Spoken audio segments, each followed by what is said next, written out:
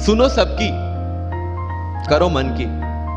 This is applicability of your mind, क्योंकि आपकी strength, आपकी वीकनेस आपसे ज्यादा अच्छा कोई नहीं जानता, आपके पेरेंट्स भी नहीं।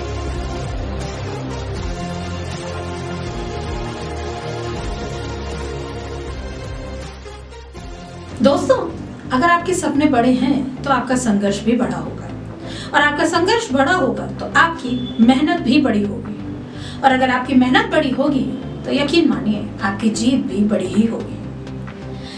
इसी बात को सच कर दिखाया है देश के सबसे कम उम्र के आईपीएस ऑफिसर बनने वाले साफिन हसन ने। दोस्तों, ये एक ऐसी सच्ची कहानी है जो आपके रोंगटे खड़े कर देगी। स्वागत है आपका डिजिटल आवाज की सीरीज पॉजिटिव मंडे में, और आज की कहानी के नायक हैं गुजरात के सूरत में रहने वाले साफिन हसन।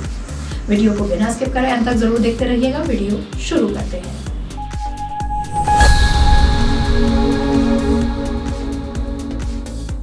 साफिन हसन एक मध्यम वर्गीय परिवार से थे। साफिन अपने माता पिता के साथ गुजरात के सूरत में रहते थे। शुरुआती दौर में उनके माता पिता सूरत के एक डायमंड यूनिट में काम करके अपने परिवार का गुजारा करते थे, परंतु कुछ दिन बाद किसी कारणवश उनकी माता पिता की नौकरी चली गई। नौकरी चले जाने के बाद उनके परिवार पर तो मानो दुख का पहाड़ ही टूट पड़ा।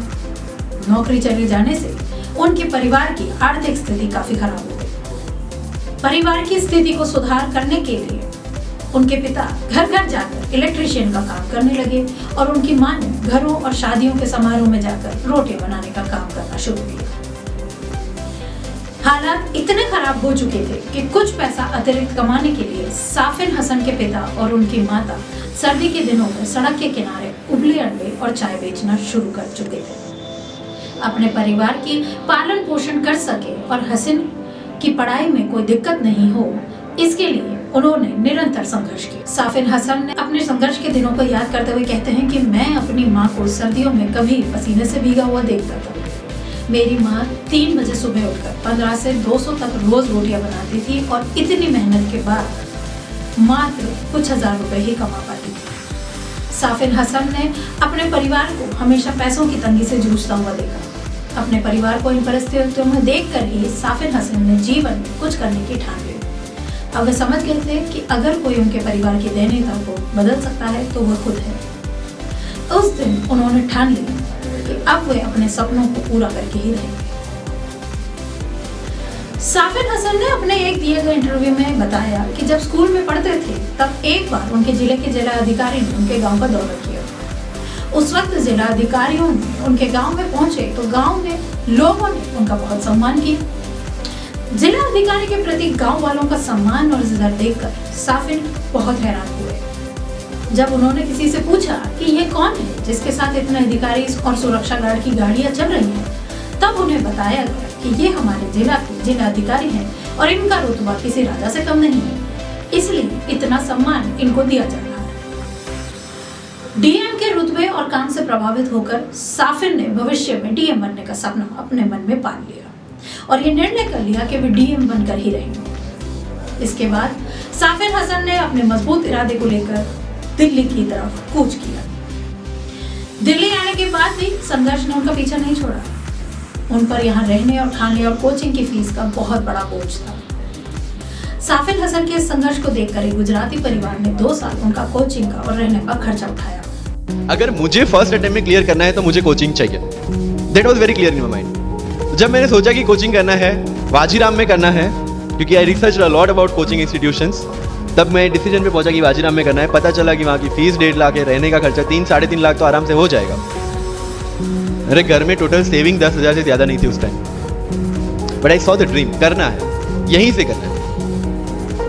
एंड फिर गाँव से एक बिजनेसमैन ने बोला कि ठीक है, you go to Delhi, you pursue your dream, I will finance your expenditures. But ये तब हो पाया जब I saw the dream without considering the situations. Safin था ही प्रतिभाशाली छात्र, इसीलिए प्रतिभाशाली होने के साथ साथ अपने लक्ष्य को पाने का जज्बा जब उनमें कूट कूट कर भरा था, तो वे अपनी यूपीएससी की परीक्षा का पहला अटेम्प्ट देने जा रहे थे। उनका रास्ते में एक सड़क हादसा हो गया, जिसके कारण उन्हें काफी चोट लगी और साथ ही शरीर भी लहूलुहान हो गया। इसके बावजूद उन्होंने खुद को कमजोर नहीं होने दिया। उन्होंने तुरंत पास की क्लिनिक में फर्स्ट एड लिया और उसी लहूलुहान अवस्था में परीक्षा केंद्र में जा पहुंचे।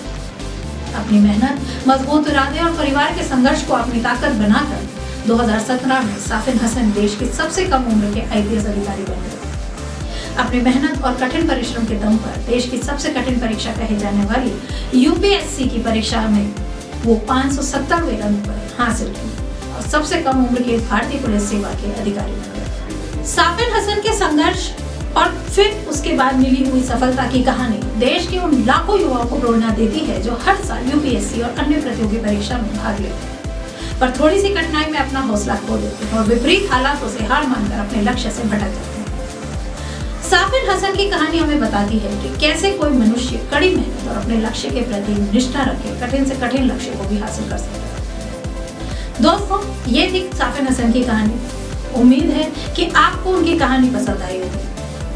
कहानी पसंद आई हो तो अपने दोस्तों के साथ शेयर जरूर करिएगा ताकि वो भी साफिन हसन से प्रेरित होकर अपने जीवन में आगे बढ़ सके। और इसी तरह की अन्य वीडियो को देखने के लिए चैनल को सब्सक्राइब जरूर करें। डिजिटल आवाज, खबर कुछ हटके।